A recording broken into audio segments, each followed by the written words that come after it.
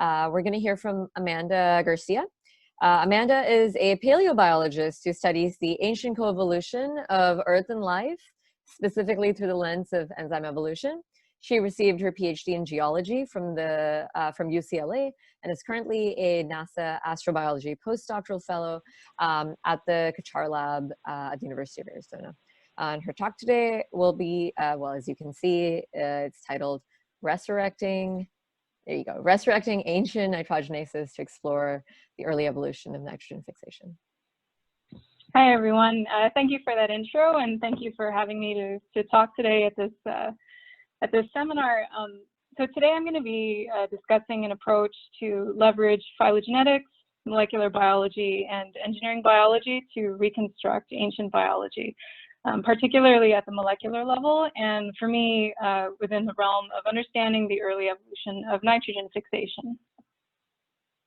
So what's really fascinating about our present day, oops, shoot, sorry.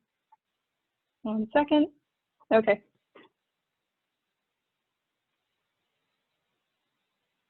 Okay.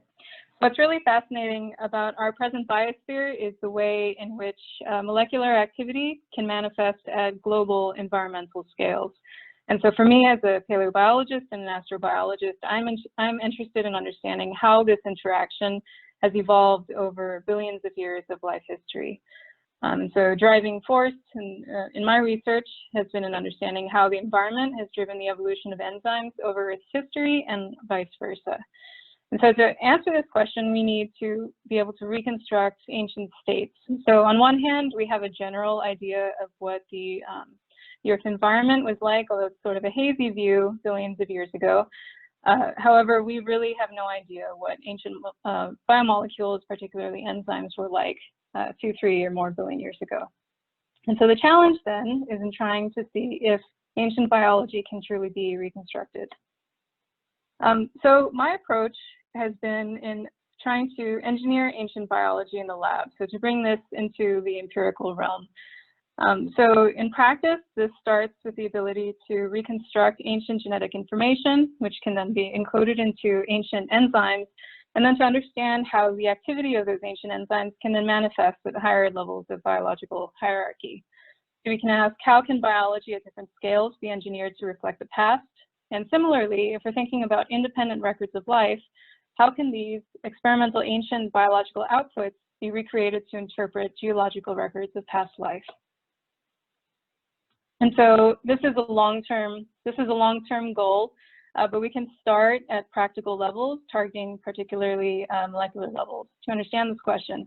And so this framework is not necessarily new. This is what's called paleogenetics, first conceived by Linus Pauling and Emil Zuckerkandl in the 1960s. But the general idea is that we can leverage modern protein sequence information, apply models describing that evolutionary process in order to reconstruct the sequences of their ancestral counterparts, therefore essentially traveling back in time at a molecular level. And so recently we published a framework to integrate this inference of ancient molecular information, particularly with the synthesis in ancient biogeochemistry, in order to understand how these ancient molecules may have manifested themselves at planetary scales. And so in practice, what this looks like is being able to curate a data set of modern protein sequences and using that information to reconstruct a phylogeny, and then from there, targeting particular ancestors to then infer those sequences. Then you can bring this into the experimental realm by synthesizing genes that encode those ancestral sequences, and then using a two-pronged approach, one at a molecular level, investigating the properties of purified ancestral enzymes, and then on another level, engineering those ancestral genes into modern microbes to understand the physiological and population level outputs of those ancestral properties. And then finally culminating in a biogeochemical interpretation that integrates independent geological records of life. So for me, my focus has been in understanding the early evolution of nitrogen fixation. So all life requires nitrogen, and it hinges on the ability for biology to catalyze this really important reaction of reducing atmospheric dinitrogen to ammonia And this is a reaction that is uniquely catalyzed by the nitrogenase family of enzymes. Nitrogenases are also metalloenzymes, so they bind one of the most complex metal clusters in biology. In most nitrogenases, this is called the iron molybdenum cofactor, so called because it incorporates a single atom of molybdenum, pictured in green here. Now, I said that most nitrogenases have this molybdenum-containing cluster. However, there are other forms of nitrogenase that instead bind a vanadium or iron-only based cluster. And the different nitrogenases that bind these clusters, previous studies have shown that they are in fact evolutionarily related, which then presents the question, what sort of metals did the earliest nitrogenases bind? And for geobiologists and astrobiologists, this question is particularly fascinating given that we have some understanding that the metals that these different nitrogenase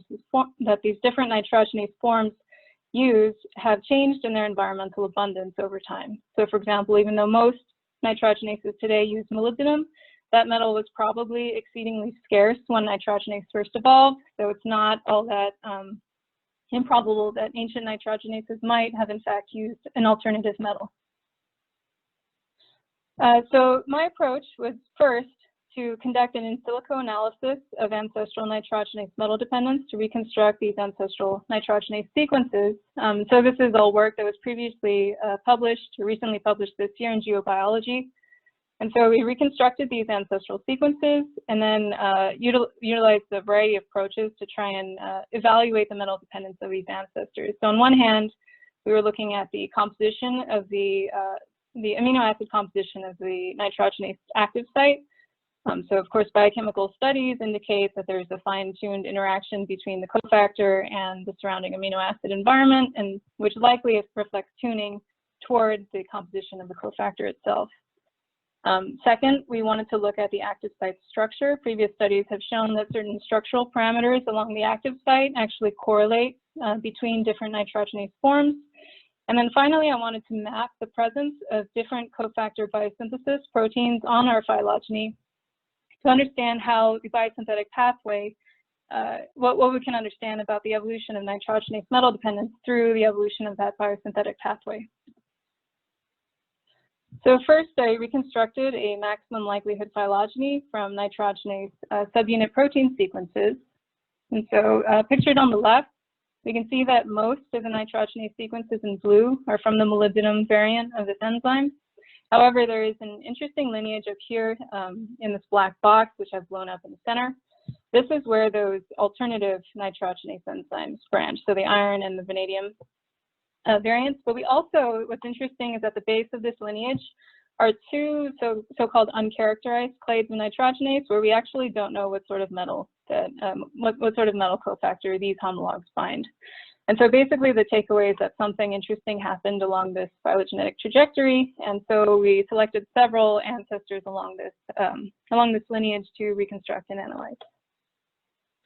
So in the interest of time, I'm not going to go too much into our structural analyses. So we did not observe the same correlation with those structural parameters that previous studies had suggested.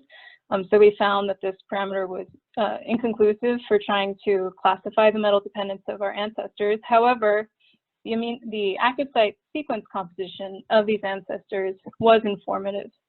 So pictured here on the left is essentially just a heat map. It's showing the active site amino acid identity between either different forms of extant nitrogenases or ancestral versus extant nitrogenases.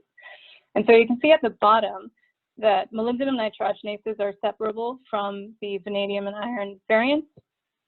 And at the top, you can see that most of the older ancestral variants, B through E, have higher active site similarity to extant molybdenum nitrogenases than the vanadium and iron variants.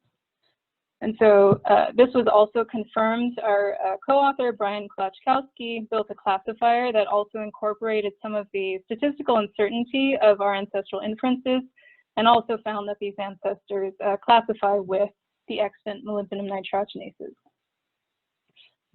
So the active site sequence features of these ancestors suggest molybdenum dependence. However, we also wanted to see what these cofactor biosynthesis genes were telling us. And so I mapped the presence of particularly two proteins, and one is called NIF-E and NIF-N. And these proteins are involved in maturing the cofactor and then delivering it to the active site of nitrogenase. And what was interesting is that for these so-called uncharacterized homologs that branch at the base of this particular lineage, these organisms actually have an incomplete biosynthetic pathway. They're missing one or more of these NIF-E and NIF-N genes. And so it's not entirely implausible to suggest that perhaps these oldest ancestors similarly lacked these NIF-E and NIF-N genes. And so what this means is if you have these ancestors that are lacking a full complement of the biosynthetic pathway, however, their active sites appear to be very similar to the active sites of modern molybdenum enzymes, it's possible that we propose that these ancestral nitrogenases may have utilized a simplified cofactor biosynthetic pathway whereby molybdenum specificity evolved through the stepwise addition of these biosynthetic components through time. Okay, so all of this was based on in silico analyses, and these require experimental validation. So moving forward, my focus has been on designing an experimental system to engineer extant bacteria with ancestral nitrogenase genes. And so this has been focused on using the Azotobacter vinelandiae model system. So this is a very common model system for understanding nitrogen fixation in general. And so we are working right now to develop a system to incorporate ancestral nitrogenase genes into the genomes of these modern Azotobacter organisms. And I do want to highlight the help of our students in the Qatar lab, Alex Riviere and Brooke Carruthers, who have been really doing a great job spearheading this effort. So of course, a longer term effort will then be to, once we have constructed these variants, will be to then follow that two-pronged approach of one, performing the molecular analysis, where we will purify these ancestral nitrogenase enzymes and then analyze the biochemical properties that are indicative of different degrees of metal specificity towards different cofactors.